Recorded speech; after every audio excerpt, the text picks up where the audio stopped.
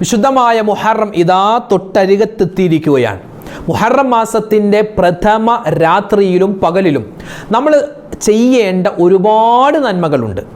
അത് മുഹറം മാസത്തിൽ മാത്രം ചെയ്യേണ്ട ചില അമലുകളുണ്ട്. നമ്മളൊക്കെ വർഷങ്ങളായി ചെയ്തു വരുന്ന ഒരു അമലാണ് മുഹറം മാസത്തിൻ്റെ ആദ്യത്തെ രാവിലോ പകലിലോ 113 പ്രാവശ്യം ബിസ്മില്ലാഹിർ റഹ്മാനിർ റഹീം എന്ന് എഴുതി വെക്കും.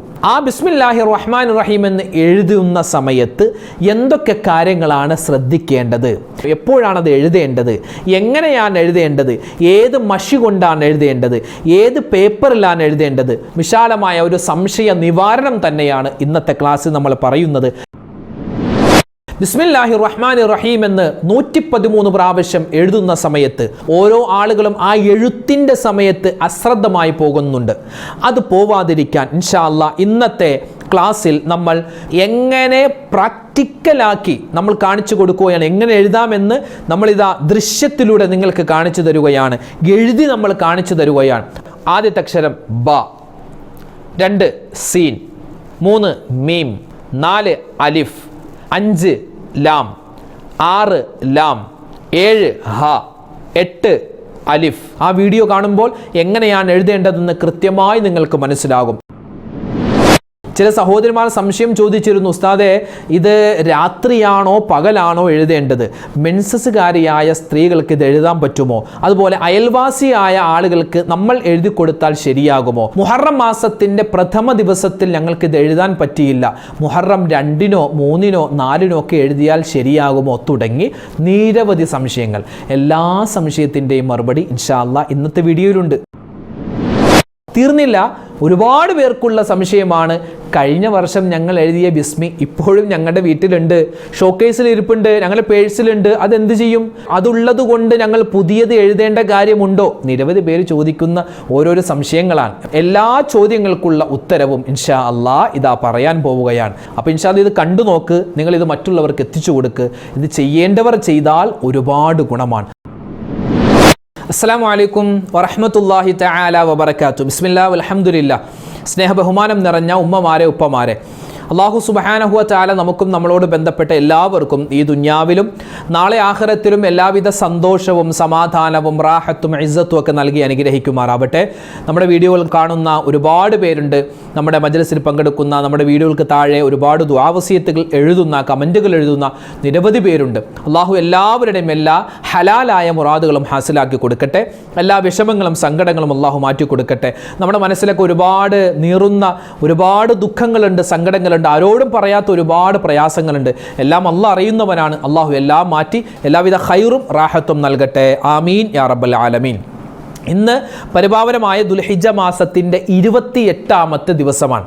മാത്രമല്ല ദുൽഹിജ്ജ മാസത്തിൻ്റെ 4ാമത്തേതും അവസാനത്തേതുമായ, ഈ വർഷത്തിലെ അവസാനത്തേതുമായ വെള്ളിയാഴ്ച ദിനത്തിലാണ് നമ്മളെല്ലാവരും ഉള്ളത്.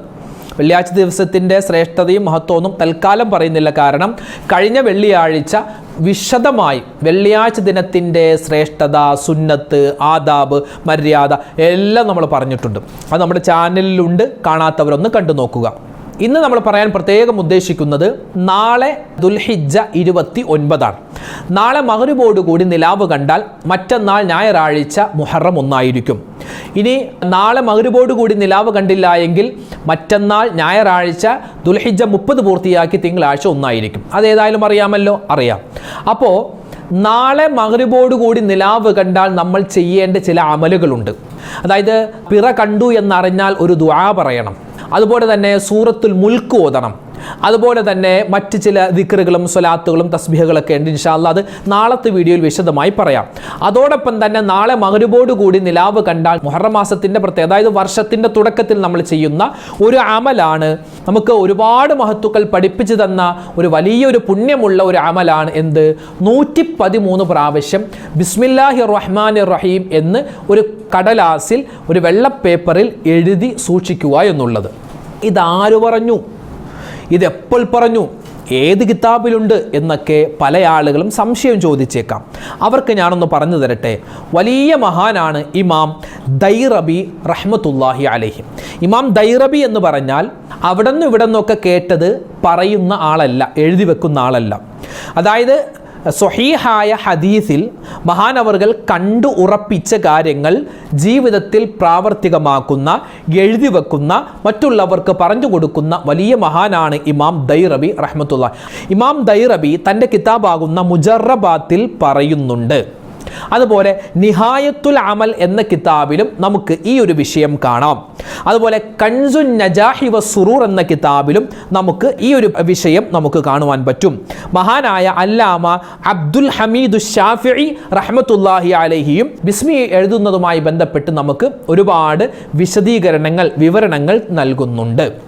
ഞാൻ ആദ്യം തന്നെ പറയട്ടെ, ഇതൊരു നിർബന്ധമായ കാര്യമല്ല നമ്മൾ ഈ പറയുന്നത്, ഒരു ഫർളായ കാര്യമല്ല ഈ പറയുന്നത്, ഒരു വാജിബായ കാര്യമൊന്നുമല്ല. എഴുതൽ സുന്നത്തായ നല്ല ഒരു കാര്യമാണ് പറയുന്നത്. അതുകൊണ്ട് നിസ്കാരം ഉപേക്ഷിച്ച് ഫർളായ കാര്യങ്ങളൊക്കെ ഉപേക്ഷിച്ചിട്ട് ഈ പറയപ്പെട്ട ബിസ്മി മാത്രം എഴുതിയത് കൊണ്ട് ഒന്നും കിട്ടാൻ പോകുന്നില്ല. അപ്പോൾ പറയട്ടെ, കൃത്യമായി നിസ്കരിക്കുക, അതോടൊപ്പം തന്നെ സുന്നത്തായ അമലുകൾ ചെയ്യുക, എന്നിട്ട് നമ്മൾ എന്ത് ചെയ്യുക, ഈ ബിസ്മി എഴുതുക. അല്ലാതെ നിസ്കാരമില്ല, ഒന്നുമില്ല, കള്ളും കുടിച്ച് മോശത്തരം ചെയ്ത് കിടക്കുന്നു, എല്ലാ മുഹറം മാസം ബിസ്മി എഴുതി വെക്കുന്നു, അതുകൊണ്ട് വല്ല നേട്ടം കിട്ടാൻ പോകുന്നതെന്ന് എനിക്കറിയില്ല. അപ്പോൾ അതുകൊണ്ട് ആദ്യം ചെയ്യേണ്ടത് ഫർളായ കാര്യങ്ങളൊക്കെ കൃത്യമായി ചെയ്യുക, എന്നിട്ട് അതിൻ്റെയോടൊപ്പം തന്നെ മഹത്തുക്കൾ നമ്മൾ പഠിപ്പിച്ച് നൽകിയ ഈ അതിസുന്ദരമായ ശ്രേഷ്ഠമായ ഈ ആയത്തും നമ്മൾ ഇനി പറയാൻ പോകുന്ന രൂപത്തിൽ എഴുതി വെക്കുക. അപ്പോൾ ഇൻഷാ അല്ലാഹ് അതിൻ്റേതായ ബർക്കത്തും അതിൻ്റേതായ വലിയൊരു ഖൈറും നമ്മുടെ ജീവിതത്തിൽ ഉണ്ടാകും. ഇനി ഒരാൾക്ക് എഴുതാൻ പറ്റിയില്ല, അല്ലെങ്കിൽ ഒരാൾ എഴുതിയില്ല, അയാൾക്ക് വലിയ ശിക്ഷയുണ്ട്, അങ്ങനെയൊന്നുമില്ല.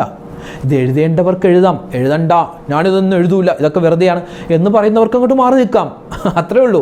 എഴുതുന്നവർക്ക് എഴുതാം. എഴുതുന്നവർ ശ്രദ്ധിക്കേണ്ട ചില കാര്യങ്ങളാണ് ഇവിടെ പറയുന്നത്. അല്ലാതെ ഇത് എഴുതാത്തവരെ വിമർശിച്ചുകൊണ്ടോ അല്ലെങ്കിൽ എഴുതാത്തവരെ നിങ്ങൾ എഴുതണം കേട്ടോ അങ്ങനെയല്ല പറയുന്നത്. ഇത് എഴുതുന്ന ആളുകൾ ഒരുപാട് മുഅ്മിനീങ്ങൾ ഉണ്ടാവും, എഴുതിയിട്ട് ആ ഗുണം കിട്ടണമെന്ന് ആഗ്രഹിക്കുന്ന ഒരുപാട് ഉപ്പമാരുണ്ട്. അപ്പോൾ അവരോട് പറയുകയാണ്, എഴുതുന്ന സമയത്ത് നമ്മൾ ഇനി പറയാൻ പോകുന്ന കാര്യങ്ങൾ കൂടി ശ്രദ്ധിച്ചിട്ട് എഴുതിയാൽ വലിയ ശ്രേഷ്ഠതയുണ്ടാകും. ഇത് ഈ അടുത്താണല്ലോ, ഈ അടുത്ത് യൂട്യൂബൊക്കെ വന്നപ്പോഴാണല്ലോ ഞങ്ങൾ കേൾക്കാൻ തുടങ്ങിയത്. ഇതിനു മുമ്പ് ഞങ്ങളുടെ വല്ലുപ്പായോ ഒന്നും ഇങ്ങനെ മുഹറം മാസത്തിൽ ഒരു ബിസ്മി എഴുതിയിട്ടില്ല, ഔദു എഴുതിയിട്ടില്ല, അങ്ങനെ ചോദിക്കുന്നവരുണ്ടാകും. ശരിയായിരിക്കാം, നിങ്ങളുടെ വല്ലുപ്പമാരോ എഴുതിയിട്ടുണ്ടാവില്ല. നമ്മുടെ വല്ലുപ്പമാരും എഴുതിയില്ല എന്ന് വെച്ച് ഇത് ഇതിനില്ലാത്ത കാര്യമാവുമോ? അല്ല. കാരണം ഇപ്പോൾ നമ്മൾ പറഞ്ഞില്ല, ഇമാം ദൈറബി തങ്ങൾ മുജറബാത്തിലും അതുപോലെ നിഹായത്തുൽ അമൽ എന്ന കിതാബിലും കൻസുൻ നജാഹി വസ്സുറൂർ എന്ന കിതാബിലും ഇതിലൊക്കെ അതിൻ്റെ മുസന്നിഫീങ്ങൾ എഴുതി വെച്ച കാര്യം ഇത് ഇന്നലെയോ മിനിഞ്ഞാന്നോ അല്ലെങ്കിൽ 2002 2009 എഴുതിയതല്ല. ഇത് ഒരുപാട് വർഷങ്ങൾക്ക് മുമ്പ് മഹത്തുക്കൾ എഴുതി വെച്ചതാണ്, ഒരുപാട് നാളുകൾക്ക് മുമ്പ് എഴുതി വെച്ചതാണ്. അപ്പോൾ അന്ന് മുതലേ ഇതൊക്കെ മഹത്തുക്കളായ ആളുകൾ നമുക്ക് പഠിപ്പിച്ചതാണ്. പിന്നെ ഈ യൂട്യൂബിൻ്റെ കാലമായപ്പോൾ ഇതൊക്കെ എല്ലാവരിലേക്കും വേഗത്തിലെത്തുന്നു. അപ്പോൾ ഇത് പുതിയ അറിവാണല്ലോ, ഇത് പുതിയതാണല്ലോ, പുത്തനാണല്ലോ എന്നൊക്കെ പല ആളുകൾക്കും തോന്നിയേക്കാം. അതൊരു തോന്നലാണ്. ചെയ്യുന്നവർക്ക് ചെയ്യാം, ചെയ്യുന്ന ആളുകൾ ശ്രദ്ധിക്കേണ്ട ചില കാര്യങ്ങൾ പറയുന്നു, ചെയ്യാത്തവർക്ക് ചെയ്യണ്ട, അത്രേ ഉള്ളൂ. അപ്പോൾ ചെയ്യുന്ന ആളുകൾ ശ്രദ്ധിക്കേണ്ട പ്രധാനപ്പെട്ട കാര്യങ്ങൾ ഇൻഷാ അല്ലാഹ് വിശദീകരിക്കുന്ന വീഡിയോ ആണ്, അവസാനം വരെ കാണാൻ മറക്കണ്ട. ബിസ്മില്ലാഹിർ റഹ്മാനിർ റഹീം. അതിൻ്റെ ശ്രേഷ്ഠതയും മഹത്വവും ഞാൻ കൂടുതൽ പറയേണ്ട ആവശ്യമില്ലല്ലോ, ഒരുപാട് ശ്രേഷ്ഠതയുണ്ട്. തൗറാത്തിലും ഇഞ്ചീലിലും സബൂറിലും ഖുർആനിലും, അതായത് 4 വേദഗ്രന്ഥങ്ങളിലും ഒരുപോലെ പരാമർശിച്ചിട്ടുള്ള വാക്കാണ് ബിസ്മില്ലാഹിർ റഹ്മാനിർ റഹീം എന്ന വാക്ക്. സ്വർഗത്തിൽ 4 നദികളുണ്ട് അല്ലേ? വെള്ളത്തിൻ്റെ, ശുദ്ധമായ വെള്ളത്തിൻ്റെ, കള്ളിൻ്റെ, അതുപോലെ പാലിൻ്റെ, തേനിൻ്റെ, ഈ 4 അരുവികളും ഒഴുകുന്നത് ബിസ്മില്ലാഹിർ റഹ്മാനിർ റഹീം എന്ന് എഴുതി വെച്ചിട്ടുള്ള ആ സ്ഥലത്ത് നിന്നാണെന്ന് നമുക്ക് ഹദീസിൻ്റെ കിതാബുകളിൽ കാണാം. ബിസ്മില്ല പറയാതെ തുടങ്ങുന്ന ഒരു കാര്യത്തിലും അള്ളാഹുവിൻ്റെ ബറക്കത്തുണ്ടാവില്ല. ഇതൊക്കെ സ്വഹീഹായ ഹദീസാണ്. അപ്പോൾ ബിസ്മില്ലാഹിർ റഹ്മാനിർ റഹീം എന്നതിന് വലിയ മഹത്വമുണ്ട്, അതിൽ യാതൊരു സംശയവും നമുക്ക് വേണ്ട. അതറിയാമല്ലോ, ഇനി അങ്ങോട്ട് കിടക്കുന്നില്ല. ഇനി എപ്പോഴാണ് എഴുതേണ്ടതെന്ന് ചോദിച്ച് ഒരുപാട് ആളുകൾ സംശയം ചോദിക്കാറുണ്ട്. അവർക്കുള്ള മറുപടിയാണ്, എപ്പോഴാണ് എഴുതേണ്ടത് കൃത്യമായി കേട്ടോ. എന്നാണോ മുഹറം 1, ഇപ്പോൾ ഈ 2024 മുഹറം നാളെ ഒരു പക്ഷേ കണ്ടേക്കാം, നാളെ മഗ്‌രിബോട് കൂടി കണ്ടേക്കാം.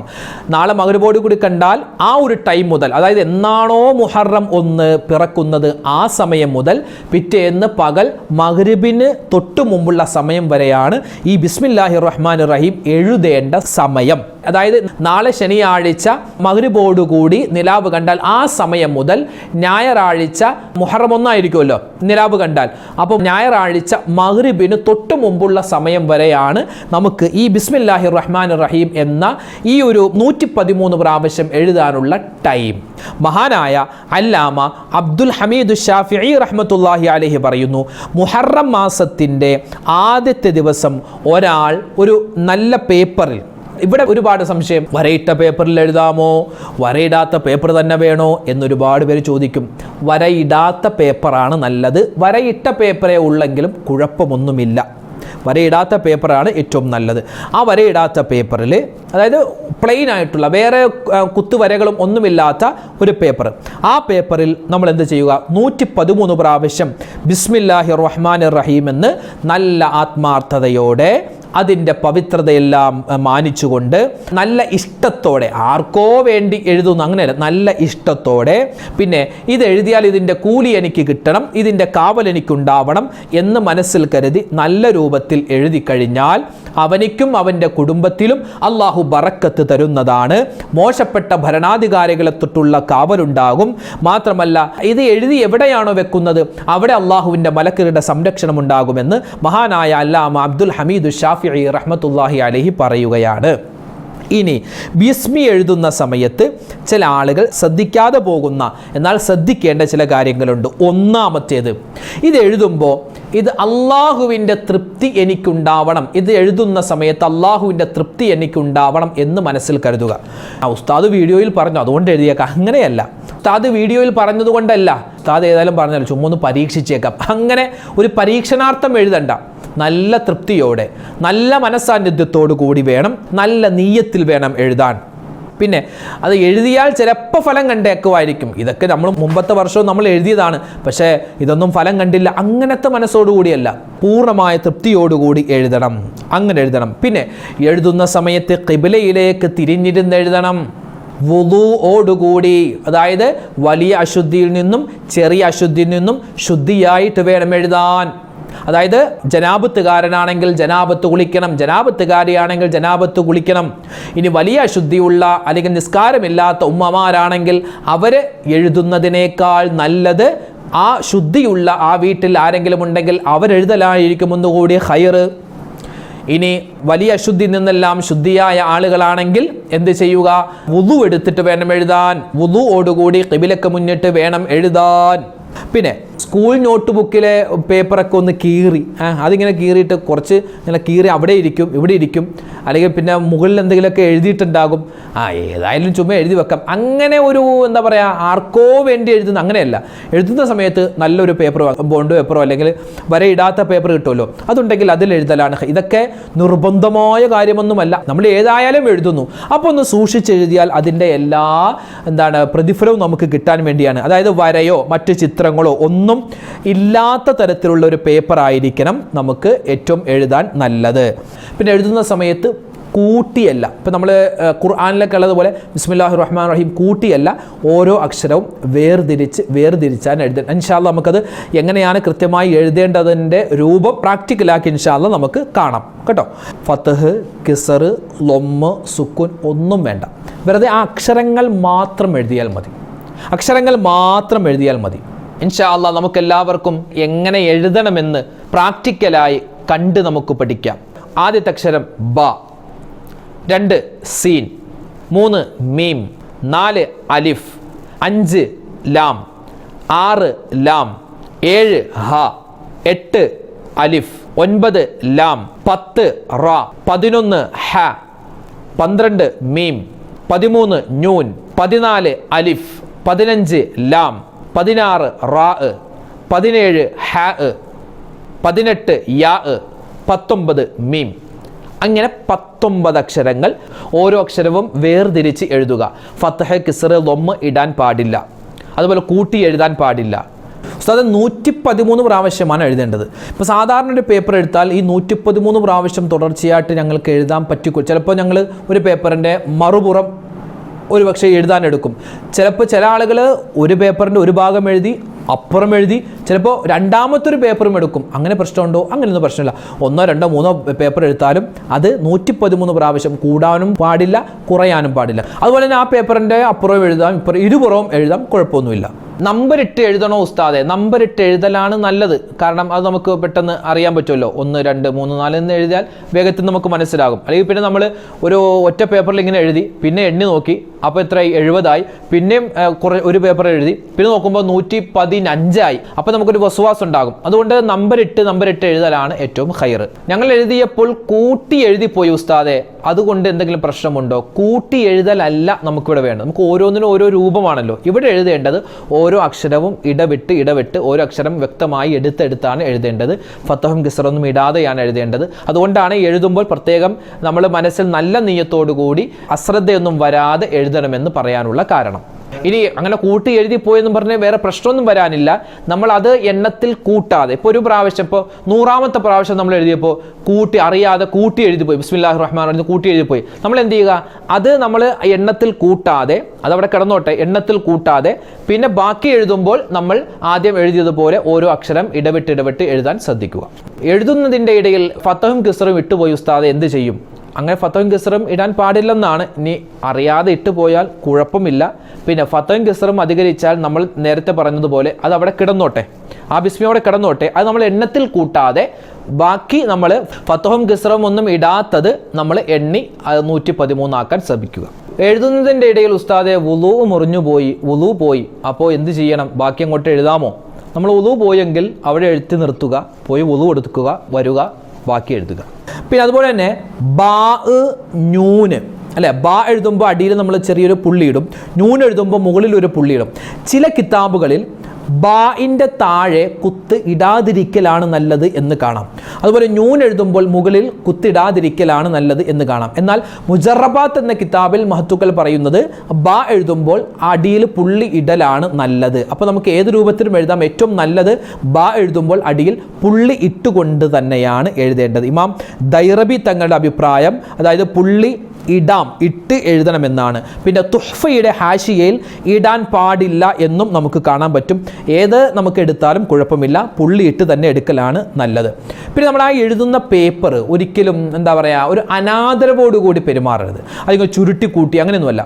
ഇനി മറ്റൊരു ശ്രദ്ധിക്കേണ്ട കാര്യമെന്ന് പറഞ്ഞാൽ, നമ്മൾ ബിസ്മില്ലാഹിർ റഹ്മാനിർ റഹീം എഴുതൂലേ, അപ്പോൾ നാവ് കൊണ്ട് നമ്മൾ പറയാതിരിക്കലാണ് നല്ലത്. നമ്മൾ കൈ കൊണ്ട് എഴുതുക, നമ്മുടെ മനസ്സിലുണ്ടാവുക ഇത് ബിസ്മിയാണെന്ന്, അല്ലാതെ നാവ് കൊണ്ട് പറയേണ്ട കാര്യം ഇല്ല. നമ്മുടെ ഈ ബിസ്മി എഴുതുന്ന സമയത്ത് ഒരുപാട് കുട്ടികൾ ഇത് ആവേശത്തോടു കൂടി എഴുതാറുണ്ട്. ഒരുപാട് മക്കൾ എഴുതാറുണ്ട്. അൽഹംദുലില്ലാഹ്, വലിയ സന്തോഷമാണ്. അവരെഴുതുമ്പോൾ അവർക്കുള്ളൊരു സംശയമാണ്, ഒരുപാട് പേന ഉണ്ടാവുമല്ലോ സ്കൂളിലൊക്കെ കൊണ്ടുപോകുന്ന. അപ്പോൾ ഉസ്താദെ, കറുത്ത മഷിയുള്ള പേന കൊണ്ട് എഴുതലാണോ ഉത്തമം, അല്ലെങ്കിൽ നീല മഷിയുള്ള പേന കൊണ്ട് എഴുതലാണോ നല്ലത്, അല്ലെങ്കിൽ ചുവന്ന മഷിയുള്ള പേന കൊണ്ട് എഴുതലാണോ ഉത്തമം? എൻ്റെ മക്കളെ, ഏത് പേന കൊണ്ട് എഴുതിയാലും കുഴപ്പമില്ല, എഴുതുന്ന സമയത്ത് നല്ല നിയ്യത്തോടു കൂടി എഴുതുക, അതാണ് വേണ്ടത്. പിന്നെ ഒരുപാട് സൂക്ഷ്മതയുടെ കാര്യം ഇവിടെ മഹത്തുക്കൾ പറയുന്നുണ്ട്. അതായത് സൂര്യപ്രകാശം നേരിട്ടടിക്കാത്ത രൂപത്തിൽ, അതായത് മേൽക്കൂരയൊന്നും ഇല്ലാത്ത സ്ഥലത്ത് വെച്ച് എഴുതുന്നതിനേക്കാൾ നല്ലത് വീടിൻ്റെ ഉള്ളിൽ വെച്ച് എഴുതലാണ്. അതായത് വെറുതെ തുറസായ സ്ഥലത്ത് വെച്ച് എഴുതുന്നതിനേക്കാൾ നല്ലത്. ഇതൊക്കെ ഒരു സൂക്ഷ്മതയാണ്. എന്ത് കാര്യത്തിലും ഒരു സൂക്ഷ്മത, ഒരു തഖ്വയുണ്ടാവുമല്ലോ. അപ്പോൾ അതിൽപ്പെട്ടതാണത്. അതെന്താ അങ്ങനെ ഇങ്ങനെയൊന്നും ചോദിക്കേണ്ട, ഇത് അങ്ങനെയാണ്, കിതാബിൽ അങ്ങനെ പറഞ്ഞു. അങ്ങനെ അതായത് ഒരു റൂമിൻ്റെ ഉള്ളിൽ വെച്ച് കിബിലക്ക് മുന്നിട്ട് ഒരു മേശപ്പുറത്തോ അല്ലെങ്കിൽ എന്തോ ഒരു സ്റ്റാൻഡിലോ ഒക്കെ വെച്ച് എഴുതലാണ് നല്ലത്. അല്ലാതെ തറയിൽ വെച്ച് എഴുതരുത്. നമ്മൾ ഇരിക്കുന്നതിനേക്കാൾ ഒരു അല്പം പൊങ്ങിയിരിക്കണം. അതായത് നമ്മൾ സാധാരണ മേശയിലൊക്കെ വെച്ച് എഴുതുന്ന രൂപത്തിൽ എഴുതണം. പിന്നെ ചില ആൾക്കാർ കട്ടിലിൽ കിടന്നിട്ട് എഴുതുക, അങ്ങനെയൊന്നുമല്ല. കാരണം ഇത് ബിസ്മില്ലാഹിർ റഹ്മാനിർ റഹീമാണ്. അതുകൊണ്ട് വളരെ സൂക്ഷ്മതയോടുകൂടി വേണം എഴുതാൻ. ഇപ്പോൾ എഴുതിയത് എവിടെ വെക്കും, അതാണ് വലിയ ചർച്ച. ഇത് എഴുതിയത് എവിടെ വെക്കും? ഇവിടെ കിതാബിൽ കാണുന്നത് ഇത് എഴുതിയിട്ട് ചുമക്കണമെന്നാണ്. ഇമാം ദൈറബി തങ്ങൾ പറയുന്നത് ചുമക്കണം എന്ന് പറഞ്ഞാൽ എപ്പോഴും പോക്കറ്റ് വെച്ചുകൊണ്ടിരിക്കാൻ പറ്റൂലല്ലോ. ഒന്നുകിൽ പേഴ്സിൽ വെക്കാം, അല്ലെങ്കിൽ നമ്മുടെ വീടിൻ്റെ ഷോക്കേസിൽ വെക്കാം, അല്ലെങ്കിൽ വീടിൻ്റെ നമ്മുടെ വാതിലുണ്ടല്ലോ, വാതിലിൻ്റെ മുകളിൽ എവിടെയാണോ സുരക്ഷിതമായി നമുക്ക് വെക്കാൻ പറ്റുന്നത് അവിടെ നമുക്ക് വെക്കാം. വാതിലിൻ്റെ മുകളിൽ, അല്ലെങ്കിൽ ഭിത്തിയിൽ നമ്മൾ ഒട്ടിച്ചു വെക്കാം. അങ്ങനെ വെക്കുന്ന ആളുകളുണ്ട്, അങ്ങനെ വെക്കാം. എവിടെയാണെങ്കിലും അത് ഒരു അനാദരവ് അതിനോട് ഉണ്ടാവാത്ത രൂപത്തിൽ വെക്കലാണ് ഏറ്റവും നല്ലത്. ഇവിടെ മറ്റൊരു സംശയം, ഉസ്താദേ, ഞങ്ങൾ കഴിഞ്ഞ പ്രാവശ്യം ഇതുപോലെ തന്നെ ഉസ്താദ് പറഞ്ഞിട്ട് ഞങ്ങൾ ബിസ്മി എഴുതി, അതേ ഷോക്കേസ് ഇരിപ്പുണ്ട്, അതെന്ത് ചെയ്യും? അതവിടെ ഇരുന്നോട്ടെ, കുഴപ്പമൊന്നുമില്ല. അത് എടുത്ത് മാറ്റണം. അത് ചിലപ്പോൾ ഇങ്ങനെ നുരുമ്പിച്ചിട്ടൊക്കെ ഉണ്ടാവും. അങ്ങനെയാണെങ്കിൽ അത് വൃത്തിയുള്ള സ്ഥലത്ത് അതൊന്ന് കരിച്ച് കളഞ്ഞേക്കുക. ആ കരിച്ചിട്ട് ആ ചാരം ഏതെങ്കിലും ഒരു പുഴയിലോ എവിടെയെങ്കിലും കൊണ്ടുവന്ന് ഒഴിക്കുക, കിണറ്റിലോ ഒന്ന് ഇട്ടാൽ മതി, കുളത്തിലോ എവിടെയെങ്കിലും ഇട്ടാൽ മതി. കാരണം അത് ബിസ്മി എഴുതിയ പേപ്പറാണ്. അതിനൊന്ന് ആദരിക്കൽ, കാരണം അതൊരു ഖുർആൻ ആയത്ത് എഴുതിയതാണല്ലോ. അതുകൊണ്ട് തന്നെ അത് ചാരമായാലും അതിലൊന്ന് ബഹുമാനിക്കൽ നല്ലതാണ്. ചില ആളുകൾ പറയാറുണ്ട്, ഉസ്താദെ ഞങ്ങൾ ഇത് ബിസ്മി എഴുതിയിട്ട് ആ പേപ്പർ ഞങ്ങളുടെ പേഴ്സിലാണ് വെക്കാറ്. ചില ഉമ്മമാർക്കും പേഴ്സ് ഉണ്ടാകും, ചെറിയ ബാഗ് ഉണ്ടാകും, അതിലാണ് വെക്കാറ്. അപ്പോൾ അതുമായിട്ട് ചിലപ്പോൾ പലപ്പോഴും യാത്രയൊക്കെ പോകുമ്പോൾ ബാത്റൂമിൽ അതും കൊണ്ട് കയറാറുണ്ട്. അപ്പോൾ അത് ബിസ്മി എടുത്ത് മാറ്റി വെക്കേണ്ട കാര്യമുണ്ടോ? അങ്ങനെയില്ല. കാരണം അത് നമ്മൾ നമ്മുടെ പേഴ്സിൻ്റെ ഉള്ളിലാണ് വെക്കുന്നത്. മാത്രമല്ല ആ പേഴ്സ് എവിടെയാണ്? നമ്മൾ ധരിച്ചിരിക്കുന്ന പാൻറ്റിൻ്റെയോ അല്ലെങ്കിൽ നമ്മുടെ ബാഗിൻ്റെ ഉള്ളിലാണ് നമ്മൾ വെക്കുക. അപ്പോൾ ആ ഉള്ളിലിരിക്കുന്നത് കൊണ്ട് അത് പ്രശ്നമൊന്നുമില്ല, അത് അവിടെ ഇരുന്നോട്ടെ, കുഴപ്പമൊന്നുമില്ല കേട്ടോ. പിന്നെ അതുപോലെ തന്നെ മറ്റൊരു സംശയമാണ്, ഉസ്താദെ ഞങ്ങൾ ഈ ആദ്യത്തെ ദിവസം തന്നെ എഴുതണമെന്ന് പറഞ്ഞല്ലോ, ഞങ്ങൾ ആദ്യത്തെ ദിവസം എഴുതാൻ മറന്നുപോയി. ചിലപ്പോൾ രണ്ടാമത് മുഹറം 1-ാമത്തെ ദിവസം കഴിഞ്ഞ് 2-ഓ 3-ഓ ദിവസമാണ് ഓർക്കുന്നത്. കഴിഞ്ഞ പ്രാവശ്യം അങ്ങനെയായിരുന്നു സംഭവിച്ചത്. അപ്പോൾ അങ്ങനെ സംഭവിച്ചാൽ ഈ 3-ാമത്തെ ദിവസമോ അല്ലെങ്കിൽ 2-ാമത്തെ ദിവസമോ ഓർക്കുകയാണെങ്കിൽ അപ്പോൾ എഴുതിയാൽ മതിയോ എന്ന് ചില ആളുകൾക്ക് സംശയം ചോദിച്ചേക്കാം. അങ്ങനെയുള്ള ആളുകളോട് പറയട്ടെ, നമ്മളോടൊരു കാര്യം കൃത്യമായ ഒരു സമയത്ത് ചെയ്യണമെന്ന് പറഞ്ഞാൽ ആ സമയത്താണ് ചെയ്യേണ്ടത്. അതായത് മഗ്രിബിൻ്റെ സമയത്ത് മഗ്രിബ് നിസ്കരിക്കുക, ഇശായിൻ്റെ സമയത്ത് ഇശാ നിസ്കരിക്കുക, അല്ലേ? ഇശായിൻ്റെ സമയത്ത് മഗ്രിബും മഗ്രിബിൻ്റെ സമയത്ത് ളുഹറും അല്ല നിസ്കരിക്കട്ടെ. ഓരോന്നിനും ഓരോ സമയമുണ്ട്. ഇനി നമുക്ക് ഏറ്റവും ശ്രേഷ്ഠത ഈ ഒരു സമയത്ത്, അതായത് മുഹറം മാസത്തിൻ്റെ പ്രഥമ ദിവസത്തിൽ എഴുതലാണ് ഏറ്റവും ഹൈർ. ഇനി ഒരാൾക്ക് എന്തെങ്കിലും രോഗമായി അല്ലെങ്കിൽ എന്തെങ്കിലും ഒരു യാത്രയിലായിരുന്നു, ട്രെയിനിലായിരുന്നു, കിബിലക്ക് തിരിഞ്ഞ് എഴുതാനൊന്നും പറ്റൂല, പേപ്പറും ഇല്ല, എഴുതാൻ പേനയും ഇല്ല, പിന്നെ അല്ലെങ്കിൽ മറന്നുപോയി. അങ്ങനെയുള്ള സാഹചര്യത്തിൽ നമുക്ക് 2-ാമത്തെ ദിവസമാണെങ്കിലും 3-ാമത്തെ ദിവസം ഓർക്കുന്നത് എപ്പോഴാണോ അപ്പോൾ നമുക്ക് എഴുതാം, കുഴപ്പമൊന്നുമില്ല. പക്ഷേ നമ്മൾ ആദ്യത്തെ ദിവസം എഴുതുന്ന ആ ഒരു ശ്രേഷ്ഠത, അള്ളാഹുവാണ് എല്ലാം അറിയുന്നവൻ, അള്ളാഹുവാണ് എല്ലാം തരുന്നവൻ, അള്ളാഹു തരും. നമ്മളോട് പറയപ്പെട്ടത് ആദ്യത്തെ ദിവസം ചെയ്യാനാണ്. അത്രമാത്രം ഒരു ശ്രേഷ്ഠത ബാക്കിയുള്ള ദിവസം ചെയ്യുമ്പോൾ ഒരു പക്ഷേ കിട്ടിക്കൊള്ളണമെന്നില്ല. അതുകൊണ്ട് ആദ്യത്തെ ദിവസം തന്നെ ഈ ഒരു ശ്രേഷ്ഠമായ 113 പ്രാവശ്യം ബിസ്മി എഴുതൽ നമ്മൾ മറന്നു പോവാൻ പാടില്ല. രാത്രി തന്നെ എഴുതണോ? ഒരാൾ ചോദിച്ചു. രാത്രി തന്നെ എഴുതണമെന്നില്ല. ആദ്യത്തെ രാവിലെ തന്നെ അല്ലെങ്കിൽ ആദ്യത്തെ രാത്രി തന്നെ എഴുതണോ ഉസ്താദെ? രാത്രി എഴുതണമെന്നില്ല, പകലായാലും കുഴപ്പമില്ല, എഴുതാം. ആദ്യത്തെ ദിവസം എഴുതണമെന്നാ പറഞ്ഞത്. അതിപ്പോൾ രാത്രിയാണെങ്കിലും പകലാണെങ്കിലും നമുക്ക് അത് ഏതാണോ ആ ഒരു മഗ്രിബിന് തൊട്ട് മുമ്പുള്ള സമയത്ത് നമുക്ക് എഴുതി തീർത്താൽ മതി. അതുപോലെ കിതാബ് കൻസുൻ നജാഹി വസ്റൂർ എന്ന കിതാബിൽ കാണാം, അതായത് ബിസ്മില്ലാഹിർ റഹ്മാൻ റഹീം ഒരാൾ എഴുതുമ്പോൾ അയാൾ നോമ്പുകാരനായിരിക്കൽ പ്രത്യേകം നല്ലതാണെന്ന് പറഞ്ഞു. അപ്പോൾ നമുക്കിതിൽ നിന്നും മനസ്സിലായി, ഒരാൾക്ക് ഈ ബിസ്മില്ലാഹിർ റഹ്മാൻ റഹീം എഴുതൽ ഏറ്റവും നല്ലത് മുഹറം പ്രഥമ പകലിലാണ്. അതായത് ഇന്ന് മഗ്രിബോട് കൂടി നിലാവ് കണ്ടാൽ നമ്മൾ ഇന്നത്തെ രാത്രി എഴുതുന്നതിനേക്കാൾ നല്ലത് നാളെ പകൽ എഴുതൽ. അതായത് ഞായറാഴ്ച മുഹറം 1 ആണെങ്കിൽ ഞായറാഴ്ച പകൽ സുബഹിക്ക് ശേഷം മുതലുള്ള സമയം മുതൽ നമ്മൾ മഗ്രിബിന് തൊട്ട് മുമ്പുള്ള സമയം വരെയുള്ള പകലുണ്ടല്ലോ, ആ പകലിൽ എഴുതലാണ് ഏറ്റവും നല്ലത്. അപ്പോൾ നമുക്ക് മുഹറം മാസത്തിലെ 1-ാമത്തെ നോമ്പും കൂടി പിടിച്ചിട്ട് എഴുതിയാൽ ബെസ്റ്റാണ്, ഏറ്റവും ഹൈറാണ്. ഉസ്താദെ, നോമ്പോട് കൂടി എഴുതണോ, അത് നിർബന്ധമാണോ എന്ന് പല ആളുകളും ഒരുപക്ഷെ ചോദിച്ചേക്കാം. അതായത് നോമ്പോട് കൂടി എഴുതൽ, മുഹറം 1-ന്റെ പകലിൽ നമ്മൾ നോമ്പുകാരായിട്ട് ബിസ്മി എഴുതിയാൽ പരിപൂർണമായ പ്രതിഫലം കിട്ടും എന്ന് വെച്ച് നോമ്പില്ലാതെ എഴുതിയാൽ, നോമ്പ് പിടിക്കാതെ എഴുതിയാൽ ഇത് എഴുതിയത് കൊണ്ട് കൂലി കിട്ടില്ല എന്നൊന്നും അതിനർത്ഥമില്ല. നമ്മൾ പരമാവധി മുഹറം 1 തൊട്ട് 10 വരെ നോമ്പ് പിടിക്കൽ പ്രത്യേകം സുന്നത്താണല്ലോ. അപ്പൊ അങ്ങനെ നോക്കുകയാണെങ്കിൽ മുഹറം 1-ാമത്തെ ദിവസം നമ്മൾ സുന്നത്ത് നോമ്പുകാരായി ബിസ്മി എഴുതിയാൽ വളരെ പ്രതിഫലം കൂടുതലാണ്. പരിപൂർണമായ പ്രതിഫലം നമുക്ക് ബിസ്മി എഴുതിയാൽ കിട്ടുന്ന കൂലി അള്ളാഹു തആല തരും.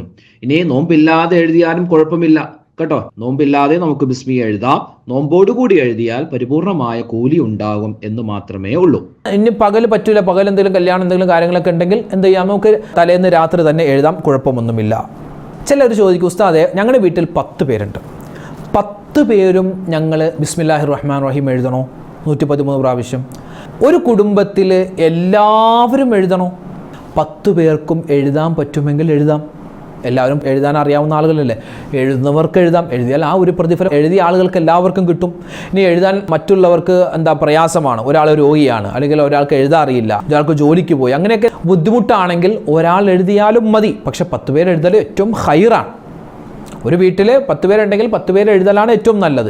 ഇനി ഒരാൾ എഴുതിയാലും മതി, കുഴപ്പമില്ല. പക്ഷേ പറ്റുന്ന ആളുകളൊക്കെ എഴുതുക. എഴുതുന്ന സമയത്ത് എന്ത് ചെയ്യുക, അള്ളാഹു ഇതിൻ്റെ പ്രതിഫലം എനിക്കും മറ്റുള്ള ഞങ്ങളുടെ കുടുംബാദികൾക്ക് എല്ലാവർക്കും ഇതിൻ്റെ പ്രതിഫലം തരണേ എന്ന് മനസ്സിൽ എഴുതുന്ന ആൾ കരുതേണ്ടതാണ്. അതോടൊപ്പം തന്നെ ഒരാൾ ചോദിച്ചത്, ഉസ്താദേ ഞങ്ങളുടെ വീടിൻ്റെ അപ്പുറത്ത് ഒരു വയസ്സായ ഉമ്മയുണ്ട്, ആ ഉമ്മ ഒറ്റക്കാണ് താമസിക്കുക, ഉമ്മാക്ക് കണ്ണ് കാണാൻ വലിയ പ്രയാസമാണ്, അപ്പോൾ ഉമ്മാക്ക് എഴുതാൻ പറ്റില്ല, അപ്പോൾ ഞങ്ങൾക്ക് എഴുതി കൊടുക്കാമോ? എഴുതി കൊടുക്കാം. ഇപ്പോൾ ഒരാൾക്ക് എഴുതാൻ അറിയില്ല, അറബി അക്ഷരം എഴുതാൻ അറിയില്ല, അപ്പോൾ അല്ലെങ്കിൽ ഇപ്പോൾ ഈ പറയപ്പെട്ട സിഫത്തും നിബന്ധനയൊന്നും വെച്ച് എഴുതാൻ പറ്റൂല, ഒരു ഉമ്മയുണ്ട് അവർക്ക് നിസ്കാരമില്ലാത്ത സമയമാണ്, അപ്പോൾ അങ്ങനെയൊക്കെ ആണെങ്കിൽ നമുക്ക് എഴുതി കൊടുക്കാം, കുഴപ്പമൊന്നുമില്ല. അപ്പോൾ എഴുതി കൊടുക്കുന്ന സമയത്ത് അള്ളാഹുവേ ഇതിൻ്റെ പ്രതിഫലം എനിക്കും, ഇത് ആർക്കാണോ ഞാൻ എഴുതി കൊടുക്കും അവർക്കും ഇതിൻ്റെ പ്രതിഫലം കൊടുക്കണേ എന്ന് നമ്മൾ മനസ്സിൽ കരുതുക. പിന്നെ കഴിഞ്ഞ പ്രാവശ്യം എഴുതി വെച്ചത് കൊണ്ട് ഈ പ്രാവശ്യം എഴുതേണ്ടതുണ്ടോ? എഴുതണം.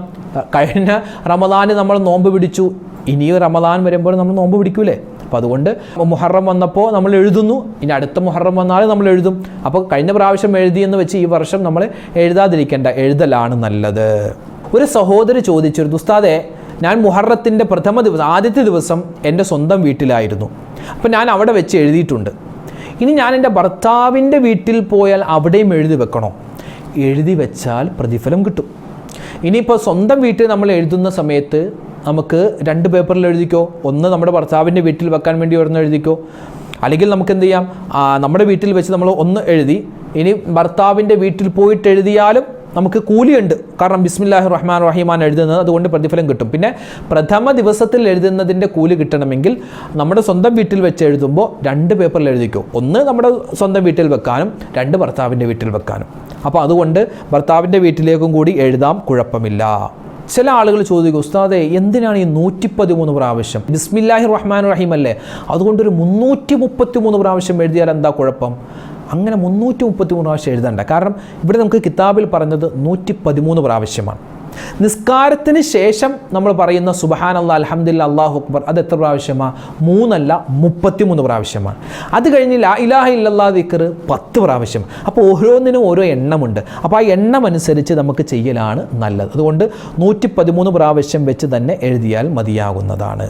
അപ്പോൾ അൽഹംദുലില്ലാഹ് ബിസ്മില്ലാഹിർ റഹ്മാൻ റഹീം എന്ന് നമ്മൾ എഴുതുന്നതിൻ്റെ ശ്രദ്ധിക്കേണ്ട കാര്യങ്ങൾ, അതിൻ്റെ മഹത്വം ഒക്കെ വിശദീകരിച്ചിട്ടുണ്ട്. ഇതിപ്പോൾ നമ്മുടെ വീഡിയോകൾക്ക് താഴെ നോക്കിയാൽ ഒരുപാട് പേരാണ്, ഉസ്താദെ ഞങ്ങൾ കഴിഞ്ഞ 2 വർഷമായി എഴുതുന്നു, 3 വർഷമായി എഴുതുന്നു, 5 വർഷമായി ഞങ്ങളിത് എഴുതാൻ തുടങ്ങിയിട്ട് ഇതിൻ്റെയൊക്കെ ഫലം ഞങ്ങൾക്ക് കിട്ടിയിട്ടുണ്ടെന്നൊക്കെ എത്രയോ ആളുകളാണ് പറയുന്നത്. എത്രയോ ആളുകളാണ് ഇതിൻ്റെ ഫലം അനുഭവിച്ചത്. നമ്മൾ ഈ പറഞ്ഞ കാര്യങ്ങൾ കൂടി ശ്രദ്ധിച്ച് എഴുതിയാൽ അതിൻ്റെ വലിയ ഒരു ഖൈർ നമ്മുടെ കുടുംബത്തിലുണ്ടാകും. അല്ലാഹു സുബ്ഹാനഹു വ തആല ബിസ്മില്ലാഹിർ റഹ്മാൻ റഹീം എന്ന ആയത്തിൻ്റെ ബറക്കത്ത് കൊണ്ട് നമ്മുടെ എല്ലാ പ്രതിസന്ധികളും അള്ളാഹു മാറ്റി തരട്ടെ. കാരണം അത് അള്ളാഹിനെ പറ്റി മാത്രം പറയുന്ന വാചകമാണ് ബിസ്മില്ലാഹിർ റഹ്മാൻ, വേറെ ഒരു ചർച്ചയും അതിനകത്തില്ല.